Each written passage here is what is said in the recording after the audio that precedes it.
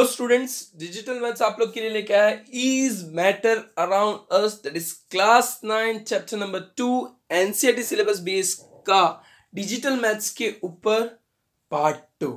C in part 1 you have gone through कि कितने types of substance होते हैं, pure substance, mixtures, elements, compounds, heterogeneous, homogeneous mixtures and difference between physical and chemical mixtures and compound and all. Clear? So in this part 2, we are going to take that why we need to separate the mixtures and the process to separate out the mixtures. अलग अलग mixtures को कैसे separate करना है उसके regarding. Clear? So पहले देख लेते हैं content of this part. So contents of this part are separating the components from the mixture. Second, difference between physical change and chemical change. Clear? See, separating the components from the mixture has different types of methods to separate the different elements. Clear? So one by one, each and every method we are going to take care and learn. So if any doubt is there, कोई भी doubt है, you can ask in between as well. Or please, I have gone through the methods. किस तरह से लिखना है proper activities को, proper type को, तो वो चीज भी आप देख सकते हैं properly. And main thing, you are learning this chapters, so share with others so that others can also learn. दूसरे भी इसको चीज को सीख सके, so share with them as well. Clear? Now first, separating components from mixture. तो एक चीज बताओ, मिक्सचर्स को सेपरेट क्यों करना चाहिए? See, sometimes mixture has to be separated for according to the use. Clear? Separation makes it possible to study and use the individual components of the mixture. Clear? अगर कोई मिक्सचर है, components हैं, उसको हम separate करते हैं ताकि उसके ऊपर इंडिविजुअल को या उस पर्टिकुलर कंपोनेंट के ऊपर हम लोग स्टडी कर सकें, या फिर हमें कहीं ना कहीं उस कंपोनेंट का यूज है अलग से मिक्सचर के अलावा. जैसे कि सपोज एक जस्ट एग्जांपल, हम लोग घर पे नॉर्मली आप देखते होंगे, घर पे गेहूं वगैरह जो है लेके आते हैं, weeds, and they are separated by hand picking method. हम हाथों से उसके कचरे वगैरह को साइड में करते हैं, stones and all. So why separation is required there? वहां पे सेपरेशन इसीलिए चाहिए ताकि हम वीट को प्रॉपरली यूज करें, so that we can utilise the wheat properly without any harmful substance in it.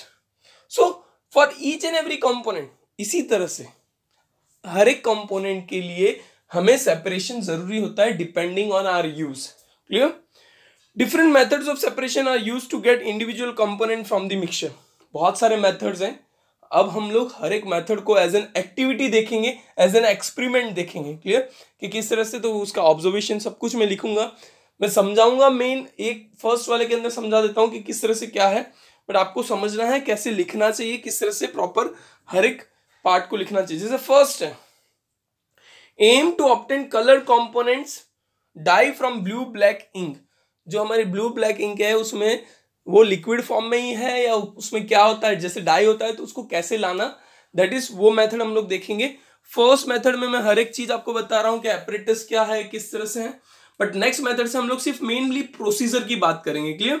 See this is the figure. इसको हम लोग एक्सप्लेन करेंगे कि क्या क्या चीजें पहले चाहिए. एपरेटस, ट्राइपोड, ये जो स्टैंड है वो, बीकर जिसके अंदर हम लोग कोई भी चीज रखते हैं, watch glass, water, ink and burner. ये सारी चीजें रिक्वायरमेंट है. ये इस एक्सपेरिमेंट के अंदर मैं बता रहा हूं. नेक्स्ट टाइम सिर्फ आप देख लेना कि लिखना कैसे, इसलिए मैंने आपको समझा के रखा है, बाकी मेन चीज वही है. Clear? Then procedure, fill the half beaker with water. ये बीकर को पूरा हाफ पानी से भर दो. Then put watch glass with ink on its beaker. Watch glass को इंक को हम लोग डायरेक्टली हीट नहीं कर रहे हैं, ये चीज ध्यान रखना, क्योंकि डायरेक्टली हीट करेंगे तो चांसेस है कि डाई भी साथ में चली जाए, इवोपरेट हो जाए. सो हम लोग उसको वाटर के ऊपर बॉईल कर रहे हैं, वाटर को हीट कर रहे हैं, बॉईल कर रहे हैं, और उसके ऊपर वॉच ग्लास के अंदर हम लोग इंक को रख रहे हैं ताकि वो स्लोली स्लोली इवोपरेट हो, ज्यादा स्पीड में ना हो. Clear? Then start heating the beaker with burner. Evaporation of ink will start and then stop heating when there is no change in the watch glass. मतलब धीमे धीमे आप हीट करो वाटर को, बीकर को, और जैसे जैसे यहाँ पे इवोपरेशन स्टार्ट हो जाएगा, और अब जब आपको लगे कि इस वॉच ग्लास के अंदर आप कोई चेंजेस नहीं हो रहा है, जैसा है as it is, powder form में कुछ चीज मिल चुकी है, तो उसको एज इट इज छोड़ दो. यहाँ पे आपका प्रोसीजर एंड हुआ. क्लियर? नाउ अब आपको ऑब्जर्व करना है कि उसके ऊपर क्या है. सो observation, When we observe carefully, the ink liquid has vaporized, leaving the dye behind. मतलब पाउडर फॉर्म में डाई सिर्फ बच गया, बाकी जो लिक्विड पार्ट था, वाटर जो था, वो सारा का सारा वेपराइज हो चुका है, सिर्फ डाई रह गई है, जिसकी वजह से ब्लू या ब्लैक इंक का कलर होता है. Conclusion, we find that ink is a mixture of dye in water, thus we can separate the volatile component यानी solvent from its non-volatile that is solute by the method of evaporation. यानी ये evaporation method जहां पे भी हमको, जैसे salt solution है, अगर भाई सॉल्ट और पानी का मिक्सचर है, उसमें से सॉल्ट और वाटर को अलग करना है, तो इवोपोरेशन मेथड वहां पे भी काम आ सकता है. सो ये अलग अलग जगह पे काम आ सकता है, जिस तरह से यहाँ पे काम आया है. Clear? This was the first method, that is evaporation, in which liquid means या फिर volatile and non volatile substance को हम लोग अलग कर सकते हैं बाय इवोपोरेशन. नेक्स्ट सेकंड जो है, दैट इज ऑल्सो एक्टिविटी और separation to separate cream from milk. आपने घर पे भी देखा होगा, मिल्क में से क्रीम निकालते हैं, दैट इज वो हम लोग बोलते हैं मक्खन. क्लियर? मक्खन अलग करने के लिए क्या करते हैं, तो आपने देखा होगा वहां पे हमारे घर पे तो क्या ग्राइंडर से मम्मी पूरा गोल गोल मतलब ग्राइंड करते रहते, तो उसमें से सब कुछ सेपरेट आउट हो जाता है. लेकिन जहां बड़ी बड़ी फैक्ट्रीज होती है, वहां पे हर एक चीज का अब इस तरह से प्रॉपर नहीं होता है. वहां पे सेंट्रीफ्यूगेटिंग मशीन होती है. क्लियर? ये तो जस्ट हमारे लेबोरेटरी के टाइप है, तो उसके हिसाब से मैं बता रहा हूँ. सेंट्रीफ्यूगेटिंग मशीन क्या है, जो बहुत स्पीड में गोल घूमती है, बहुत स्पीड में. अब इसके अंदर क्या होता है कि जो लाइट डेंसिटी वाले और ज्यादा हाई डेंसिटी वाले मटेरियल्स अगर मिक्स्ड हैं, तो वो दोनों अलग हो जाते हैं, क्योंकि उसको जोर जोर से गोल घुमाते जाता है, स्पीड में घुमाते हैं, तो हाई डेंसिटी वाले नीचे रह जाते हैं और लो डेंसिटी वाले ऊपर आ जाते हैं. सो इस तरह से पूरा सेंट्रीफ्यूगेटिंग मशीन काम करता है. सो एपरेटस आपको पता है, centrifuging machine. Take some full cream milk in a test tube. ठीक है, क्रीम और मिल्क का जो कॉम्बिनेशन है उसको ले लो. सेंट्रीफ्यूगेट इट बाय यूजिंग सेंट्रीफ्यूगेटिंग मशीन और 2 minutes. You can do this activity at home by using milk churner, यानी घर पे भी कर सकते हैं. अगर ग्राइंडर वगैरह है आपके पास, तो उसको ग्राइंड थोड़ा सा लेके उसको ग्राइंडर में आप कर सकते हो. वैसे आपने मम्मी को देखा होगा, तो उस टाइम पे भी आप ध्यान दे सकते हो. Observation, milk and cream are separates out. Conclusion, the principle is that the denser particle falls to the bottom and the lighter particles stay at the top when spun rapidly. यानी बहुत speed में अगर हम लोग घुमाते हैं इसी तरह से ये सेंट्रीफ्यूगेटिंग मशीन के अंदर, तो जिस पार्टिकल का डेंसर होता है, जो डेंसर पार्टिकल है वो हमेशा नीचे रह जाते हैं बॉटम, और जो लाइटर पार्टिकल्स है वो हमेशा ऊपर की तरफ टॉप पे आ जाते हैं. सो दे सेपरेट आउट. क्लियर? अब ये कहाँ यूज हो सकता है, application. So first, used in diagnostic laboratory for blood and urine test, क्योंकि उसके अंदर हर एक पार्टिकल्स को अलग अलग करने होते हैं, तो उसके अंदर इस तरह से ब्लड की सारी टेस्ट ट्यूब्स अगर रख देते हैं अंदर और फिर घुमाते हैं, तो ब्लड के सारे कंपोनेंट्स अलग हो जाते हैं. Clear? Used in dairies and home to separate butter from cream. Used in washing machines to squeeze out water from wet clothes. Clear? ये तो आपको पता ही होगा, वॉशिंग मशीन्स वगैरह में भी होता है, क्योंकि उसमें भी बहुत स्पीड में घुमाते हैं ड्रायर पार्ट में, कि पानी सारा का सारा ड्राई होके रुक जाए और कपड़े रह जाए. Clear? So that is things. Now इसके अलावा ये तो 2 मेथड्स हुए. न third is to separate out 2 immiscible liquids. Immiscible liquid का मतलब क्या होता है? What do you mean by immiscible liquids? देखो, इमिसिबल मतलब ऐसे 2 लिक्विड जो एक दूसरे के अंदर मिक्स ना होते हो, जो एकदम अलग अलग दिखते हो, मिक्स बिल्कुल होते नहीं हो. जैसे कि यहाँ पे हम लोग ले रहे हैं kerosene oil and water. Clear? Kerosene oil and water जो एकदम से मिक्स नहीं होते, तो क्या करें, ये एक सेपरेटिंग फनल है. क्लियर? सेपरेटिंग फनल हमारा एपरेटस होगा. क्लियर? प्रोसीजर में क्या करना है, आपको केरोसिन और वाटर का मिक्सचर जो है वो इस सेपरेटिंग फनल में डाल देना है. जब कॉक बंद हो, कॉक चालू रखोगे तो पहले ही अलग हो जाएगा, मिक्स सारा का सारा मिक्सचर ही गिरेगा. सो कॉक को पहले बंद रखना है और सेपरेटिंग फनल को केरोसिन और मिक्सचर से वाटर के मिक्सचर को फिल कर दो. देन उसके बाद क्या, आपको थोड़ी देर के लिए रुकना है एटलीस्ट. क्लियर?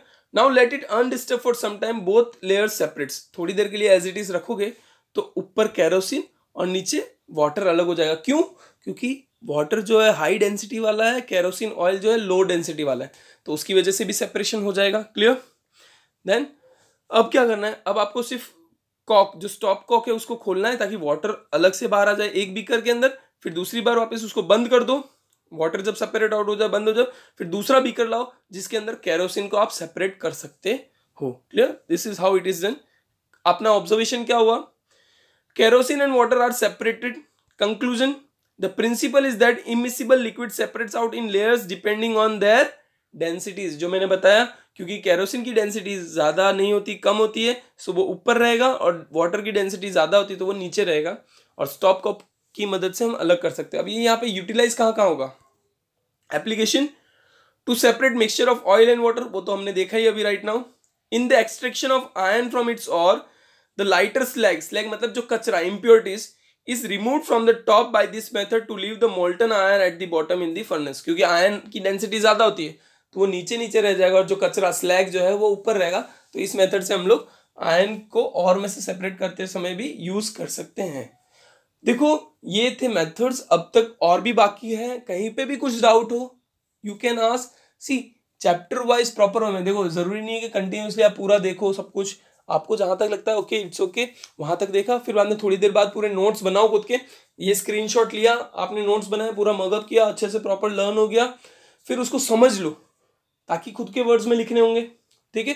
उसके बाद आप आगे नेक्स्ट स्टेप पे जा सकते हो। जरूरी नहीं कि पूरा पूरा एज इट इज देखना है, आप अपने नोट्स भी प्रिपेयर करते रहो। अगर आपको लगे it would be helpful to you, आप अच्छे से लिख सकते हो, डायग्राम के साथ प्रॉपर बनाओ, सो आपको बहुत अच्छा लगेगा और समझ में भी आएगा। Clear? Now moving on to the next. Aim to separate mixture of salt and camphor ammonium chloride. Camphor means Kapoor, और अमोनियम क्लोराइड भी दूसरा, वो कैम्फर को अमोनियम क्लोराइड नहीं अलग भी हो सकता है।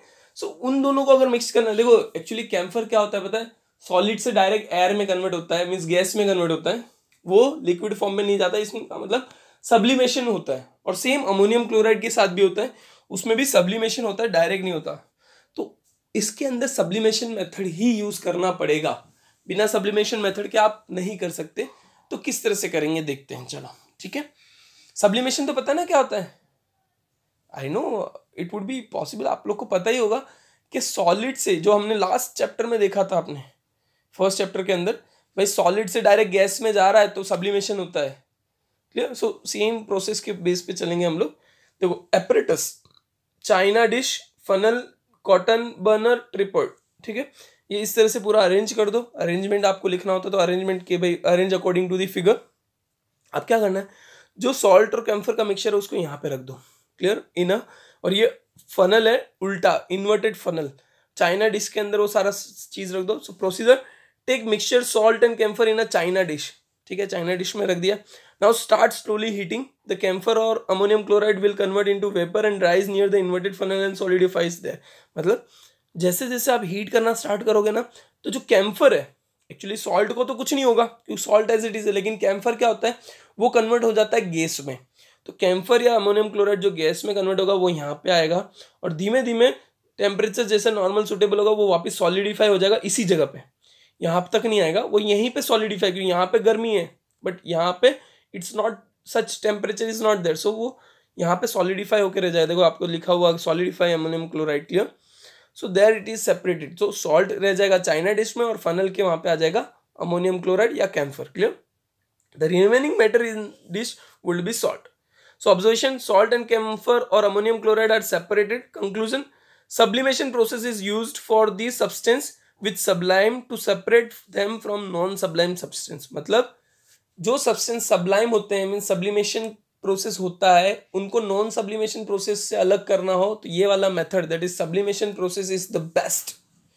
इस मेथड से हम लोग उनको सेपरेट कर सकते हैं। देखो हर एक मेथड अलग अलग चीज़ों के लिए यूज होता है, स्पेसिफिक चीज़ों के लिए यूज होता है, तो वो चीज़ आपको ध्यान रखनी है, प्रॉपरली समझना है। क्लियर? नाउ नेक्स्ट जो है, to find is the dye in black ink a single colour, यानी डाई जो है सिंगल कलर की होती है कि मल्टीपल कलर होता है, तब वो कैसे फाइंड करते हैं। देखो इसमें करना क्या है, कुछ नहीं, बेसिकली पहले एक पेपर स्ट्रिप लेनी है जिसको 3 सेंटीमीटर बिलो से एक पेंसिल की लाइन खींचो और उस लाइन के ऊपर इंक का ड्रॉप डालो। मैं जो बोला मैं बताता हूँ। Filter paper, jar and with the water. Procedure, take a filter paper, draw a line using pencil 3 centimetre above the lower edge, मतलब लोअर एज मीन्स नीचे से 3 सेंटीमीटर छोड़ के एक लाइन बनाओ पेंसिल से। Put a small drop of ink at the centre of the line, let it dry.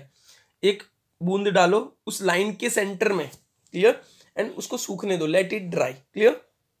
Now अब क्या, अब आपको धीमे धीमे वो फिल्टर पेपर क्या करना है, इस ग्लास पेपर के अंदर, मतलब जो जार जिसके अंदर पानी है उस जार के अंदर डालना है। कहाँ तक, जहां तक कि वो जो लाइन है ना उसके वाटर लेवल के जस्ट ऊपर आए, एकदम ऊपर नहीं, जस्ट ऊपर, clear. So lower the filter paper into jar above the water level, clear, water level के जस्ट ऊपर होना चाहिए लाइन, ओके। वो मतलब ऐसा होना चाहिए कि लाइन पानी के अंदर नहीं डूबनी चाहिए, पानी से बाहर रहना चाहिए, और पानी पेपर, फिल्टर पेपर जो है पानी के अंदर होना चाहिए, क्लियर।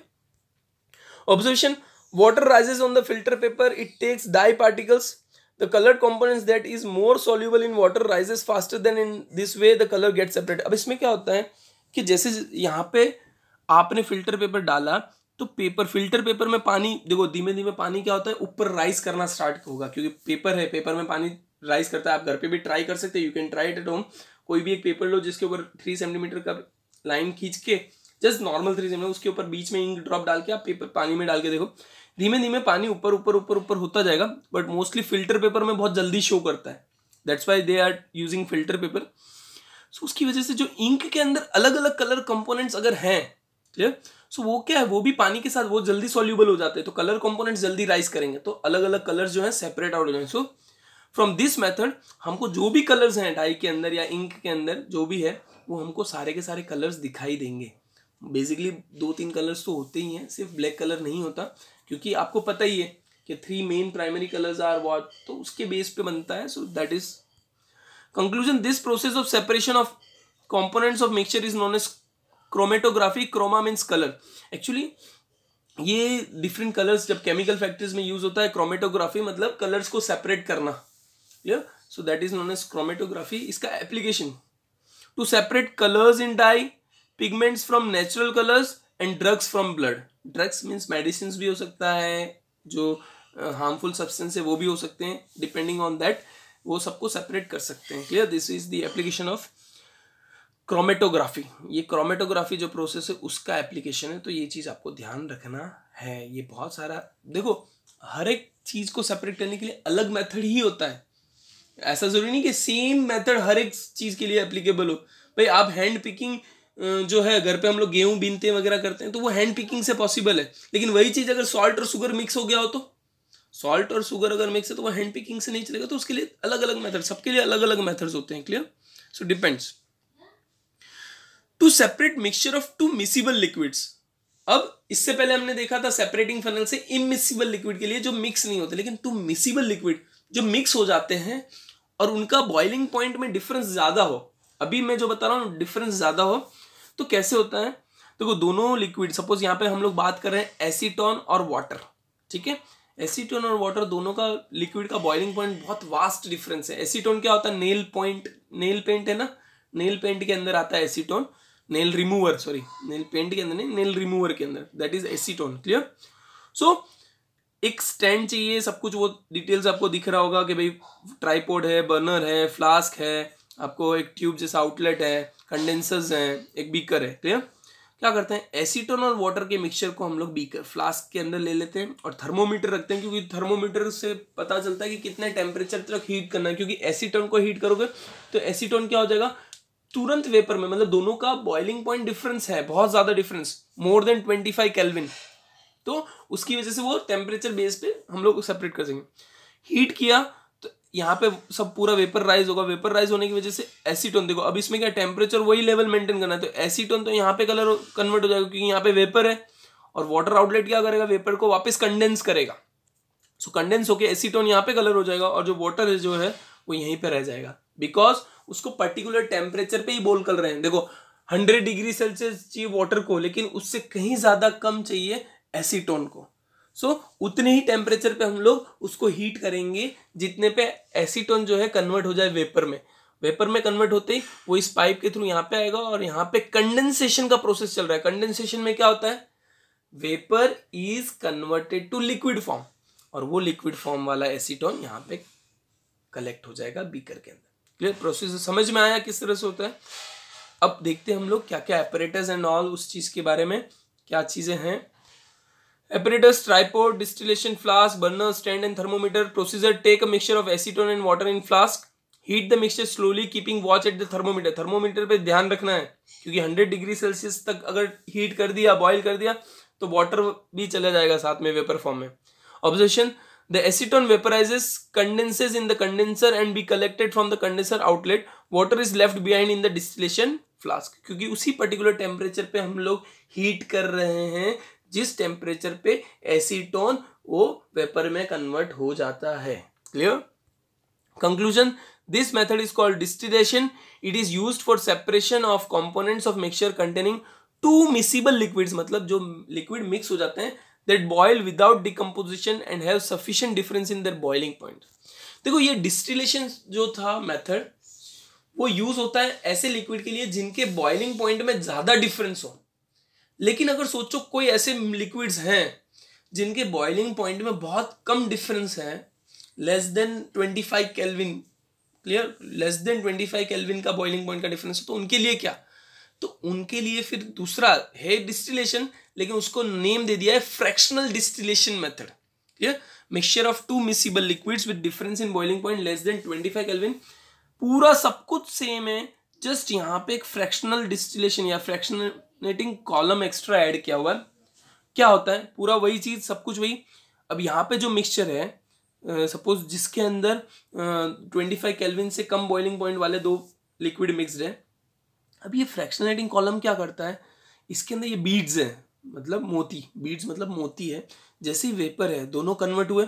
अब ये बीड्स क्या करते हैं, वेपर्स में से जो नॉर्मल दूसरे जो है दोनों का जो डिफरेंस 25 केल्विन से, उसमें से किसी एक को जिसका टेम्परेचर ज्यादा होगा वो तो वेपर वाइज फॉर्म में चला जाएगा, लेकिन बीड से पास ऑन होते समय जिसका बॉइलिंग पॉइंट थोड़ा सा कम है वो इसी में रह जाएगा और वो वापस डिस्टिलेशन फ्लास्क में आ जाएगा और बाकी दूसरा जो लिक्विड है वो यहाँ पे कलेक्ट हो जाएगा. अब पता है ये मेथड कहाँ पे यूज होता है? ये मेथड यूज होता है एयर को सेपरेट करने के लिए. जो डिफरेंट गैसेस हैं उसमें से एयर को, यानी fractional distillation is used in separating air from the means oxygen जैसे है या फिर नाइट्रोजन है या आर्गन है, इन सब को अलग करने के लिए गैसेस से. तो कैसे करते हैं देखो. पहले सपोज हमारे पास एयर है, उसको हम लोग फ्रैक्शनल डिस्टिलेशन टावर के अंदर डालते हैं या फ्रैक्शनल डिस्टिलेशन फ्लास्क के अंदर रखते हैं. उसको बहुत ज़्यादा कंप्रेस करते हैं and cooled by increasing pressure and decreasing temperature. Clear? उसको पहले हीट करके फिर उसको कूल डाउन कर दिया, एकदम कूल. प्रेशर बढ़ाया, टेम्परेचर कम किया, सो लिक्विड एयर हो गया. वो एयर किस में कन्वर्ट हो गया? Liquid air.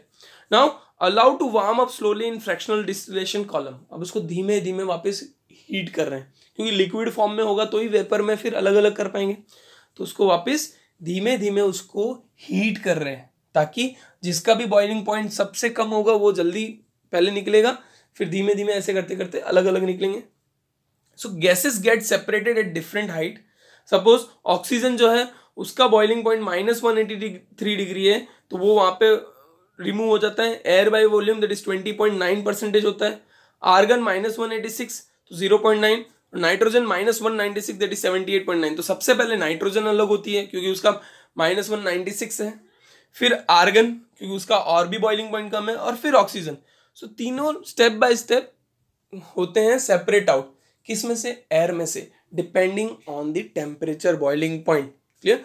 यही चीज कैसे होता है तो उसका पूरा एक प्रोसेस है, ये आपको प्रोसेस में बता रहा हूँ. देखो इस तरह से फिल्टर एयर को पहले pressure, under pressure, high pressure और टेम्परेचर कम करके किया जाता है ताकि वो उसके अंदर जाए. फिर अंदर इसको हॉट फिर गर्म किया जाता है. अरे एक सेकेंड, हाँ आपको प्रॉपरली बता देता हूँ. सो फिर उसको बाद में धीमे धीमे यहाँ पे तो उसको लिक्विड फॉर्म में कर दिया, फिर उसको धीमे धीमे एयर फॉर्म में वो किया जाता है और उसका टेम्परेचर कम कर देते हैं. क्लियर? पहले प्रेशर में डाला फिर टेम्परेचर कम किया तो वो हो गया लिक्विड फॉर्म में. Clear? Now this called compressed air is sent to the separator. अब सेपरेटर में धीमे धीमे करते हैं, सब कुछ करते हैं कि किस तरह से प्रेशर रखना, कितना टेम्परेचर पे हीट करना, अलग अलग. तो वहाँ पे carbon dioxide out as dry ice, carbon dioxide यहाँ पे निकलती है. फिर लिक्विड एयर जो है एक्सपांशन जेट से जाता है तो नाइट्रोजन और आर्गन आउटलेट, और लास्ट में लिक्विड ऑक्सीजन कंपाउंड. सो ये पूरा प्रोसेस इस तरह से चलता है, तब जाके हमको सारे के सारे डिफरेंट गैसेस जो है अलग अलग लेवल पे, अलग अलग जगह पे सेपरेट आउट होते हैं. ये पूरा डायग्राम वैसे ज़रूरी है नहीं इतना, लेकिन फिर भी पॉसिबल हो तो डायग्राम भी देख लेना, कर लेना, अदरवाइज इससे पहले वाला जो डायग्राम था वो इट्स बेस्ट। ये वाला फॉर्म आपको अगर लर्न है तो प्रॉपर वे में ये वाला हो जाएगा, बाकी ये भी कर सकते हैं। क्लियर। देन आता है नेक्स्ट लास्ट एक्टिविटी बोलूंगा, लास्ट सेपरेशन बोलूंगा। Clear. Aim to separate pure copper sulphate from impure sample. देखो pure copper sulphate from impure sample मतलब कॉपर सल्फेट का सॉल्यूशन होता है एक्चुअली, इम्प्योर कॉपर सल्फेट, उसमें से कॉपर सल्फेट को अलग करना है। तो पहले apparatus, tripod, wire gauze, burner, china dish and beaker. Procedure, take some impure sample of copper sulphate in a china dish. इसी तरह से जैसे हमने फर्स्ट वाले के अंदर किया था, डायरेक्ट बॉयल नहीं कर रहे हैं, चाइना डिश रख के फिर उसको बॉयल कर रहे हैं। Evaporate water from the copper sulphate solution so as to get saturated solution. फिर धीमे धीमे हीट करेंगे तो वाटर वेपर वाटर कन्वर्ट हो जाएगा। Cover the solution with the filter paper and leave it undisturb for a day. अब इसको क्या किया, हीट करके फिर उसको कवर कर दो सॉल्यूशन को फिल्टर पेपर से, और एक दिन के लिए एज इट इज छोड़ दो। Observation, you will observe that crystals of copper sulphate in the china disc, यानी चाइना डिस्क के अंदर कॉपर सल्फेट के क्रिस्टल्स दिखने लग जाएंगे, यानी इम्प्योर कॉपर सल्फेट में से pure copper sulphate as in the form of crystal आपको मिल जाएंगे। Conclusion, this method is called crystallization. Crystallization is a process that separates a pure solid in form of its crystal from its solution. मतलब solution में से किसी भी चीज को प्योर फॉर्म में अगर लाते हैं, सॉलिड फॉर्म में, यानी क्रिस्टल्स फॉर्म में वो सेपरेट होते हैं, और इसको बोलते हैं क्रिस्टलाइजेशन। क्लियर। ये बहुत सारी जगह यूज होता है, जैसे purification of salt that we get from sea water, separation of crystals of alum फिटकरी फ्रॉम इम्प्योर सैंपल्स। ये सब चीज अलग अलग हमको यूज कर सकते हैं डिपेंडिंग ऑन एग्जांपल्स या डिपेंडिंग ऑन आवर एप्लीकेशन। ठीक है। अब यही चीज मोस्ट प्रोबेबली जैसे कि है बहुत सारी चीजें होती है। अब वाटर प्योरिफिकेशन, ये तो ठीक है नॉर्मल क्रिस्टल का, लेकिन हमारे घर पे जो वाटर प्योरिफिकेशन होता है, जो वाटर वर्क से हम तक पहुंचता है, वो कैसे पहुंचता है। तो सपोज ये रिजर्वोयर है जहाँ पे पानी की टंकी सपोज करो या कुछ भी करो जो भर के रखी हुई है एक अलग जगह पे। देन सबसे पहले उसको हम लोग डालते हैं सेडिमेंटेशन टैंक में। सेडिमेंटेशन टैंक में क्या होता है, पानी जो है उसको थोड़ी देर के लिए, एक दिन के लिए, 2 दिन के लिए एज इट इज, बिना डिस्टर्बेंस के एज इट इज रहने दिया जाता है। उसकी वजह से क्या होता है, सारा का सारा जो कचरा है वो नीचे सेटल डाउन हो जाएगा। फिर ऊपर से जो पानी उसको दूसरे टैंक में लिया जाता है, दैट इज लोडिंग टैंक, जिसके अंदर फिटकड़ी या सपोज करो कोई भी एक एलिमेंट ऐसा मिक्स किया जाता है, तो कि जो और इम्प्योरिटीज अगर रह गई हो तो वो सेटल डाउन हो जाए। तो यहाँ पे वो सेटल डाउन करने के लिए, ठीक है। फिर उसके बाद इसको डाला जाता है फिल्ट्रेशन टैंक में, जिसके अंदर वाटर, फाइन सैंड, ग्रेवल्स वगैरह बहुत सारे एक एक लेयर है अलग अलग फिल्ट्रेशन के लिए, जिसके थ्रू पास होता है पानी। तो पानी पास होने के बाद क्लोरीनेशन यानी अब इसमें से पास होकर एकदम फिल्टर होकर पानी आ जाता है क्लोरीनेशन टैंक में। ये क्लोरीनेशन टैंक के अंदर क्लोरीन मिक्स किया जाता है ताकि जो भी बैक्टीरिया अगर बचा है उसको क्लोरीनेट किया जाता है, उसको मार दिया जाता है विद यूजिंग क्लोरीन, ठीक है। और फिर बाद में वो पहुंचता है हमारे घर तक। तो ये पूरा एक स्टेप बाय स्टेप प्रोसेस है। ये जस्ट सिंपल डायग्राम से आपको समझाया हुआ, ये डायग्राम से आपको हर एक स्टेप लिखना है, हर एक स्टेज लिखना है, एक्सप्लेनेशन भी पॉसिबिलिटीज हो सकती है। सो हर एक चीज को समझो। रिजर्वर से सेडिमेंटेशन टैंक जहाँ पे सेटल डाउन होने दिया जाता है, सारे पार्टिकल सेटल डाउन हो जाते हैं। फिर आते हैं लोडिंग टैंक्स, जहाँ पे जो भी सस्पेंडेड इम्प्योरिटीज अगर है तो उसके अंदर अलम या फिटकड़ी जो बोलते हैं, अलम और फिटकड़ी, उससे मिक्स करके ताकि वो और सेटल डाउन हो जाए। फिर जो पानी बचा उसको फिल्ट्रेशन टैंक में डाल के वहाँ पे फिल्टर किया जाता है, उसको फिर क्लोरीनेशन टैंक में डाला जाता है ताकि वो बैक्टीरिया सारे मर जाएं, और फिर उसको भेज दिया जाता है हमारे घर तक। So this is the step by step process कि फिल्ट्रेशन मीन्स वाटर वर्क से हमारे घर तक कैसे पानी पहुंचता है। Clear. So this was all about this in the chapter. ये पूरा चैप्टर आपका यहाँ पे था, क्लियर, जिसमें सेपरेशन कैसे होता है, क्या नहीं होता है।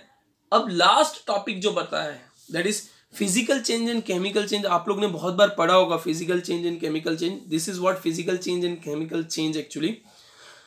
Physical change are mostly reversible, यानी अगर आपने कोई शेप चेंज किया वापस शेप में फॉर्म कर सकते हो, बना सकते हो। लेकिन chemical changes are not reversible, क्योंकि अगर केमिकल चेंज हो चुका है, हाइड्रोजन और ऑक्सीजन का मिक्स होकर आपने सपोज वाटर को कर दिया, तो वो डायरेक्टली रिवर्सिबल नहीं हो सकता, या फिर पॉसिबिलिटीज नहीं है।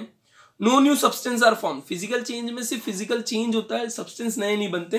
लेकिन केमिकल सब्सटेंस में one or new substance are form, one or more new substance may be form. Physical change, the substance retain its chemical properties, मतलब फिजिकल चेंज हो सकता है लेकिन केमिकल प्रॉपर्टीज बदलती नहीं है। लेकिन न्यू सब्सटेंस अगर बना है तो नई केमिकल प्रॉपर्टीज होगी, उसकी प्रॉपर्टीज पूरी अलग होगी ओरिजिनल सब्सटेंस से। Clear? So that is what, जैसे कि एग्जांपल लेते हैं कैंडल। कैंडल में धीमे धीमे वीक जल रही है, फ्लेम हो रहा है, तो केमिकल प्रोसेस हो रहा है एक तो, क्योंकि ऑक्सीजन की वजह से यहाँ पे बर्निंग की वजह से कार्बन डाइऑक्साइड में कन्वर्ट हो रहा है, डिफरेंट गैसेस कन्वर्ट हो रही है, केमिकल फॉर्म हो रहे हैं, क्लियर, केमिकल रिएक्शन हो रहा है। प्लस ये जो कैंडल है वो धीमे धीमे गल के छोटी छोटी छोटी वैक्स उसका रिड्यूस होते जाएगा, that is physical change. So chemical change and physical change दोनों होता है when a candle is burn. So हर एक चीज को प्रॉपरली नोट डाउन करें, प्रॉपरली वे में देखें। This was all about the chapter is your matter pure. आपको समझ में आया होगा कौन से मैटर प्योर हैं, कौन से इम्प्योर है, एलिमेंट्स क्या होते हैं, कंपाउंड्स क्या होते हैं, हेटेरोजीनियस मिक्सचर, होमोजीनियस मिक्सचर। सो हर एक चीज को नहीं समझ में आ रहा है, आप कहीं पे भी डाउट पूछ सकते हैं, बट पहले एक बार गो थ्रू हो जाओ दोनों पार्ट्स में, क्योंकि दोनों पार्ट्स के अंदर आपको डिटेल्स मिल जाएगी प्रॉपर वे में। So go through both the parts, you will surely get the details here. So thank you very much again. go through each and every video, दूसरों को भी शेयर करो, वो लोग भी देखें ताकि वो लोग भी सीख सके। Clear? so thank you very much.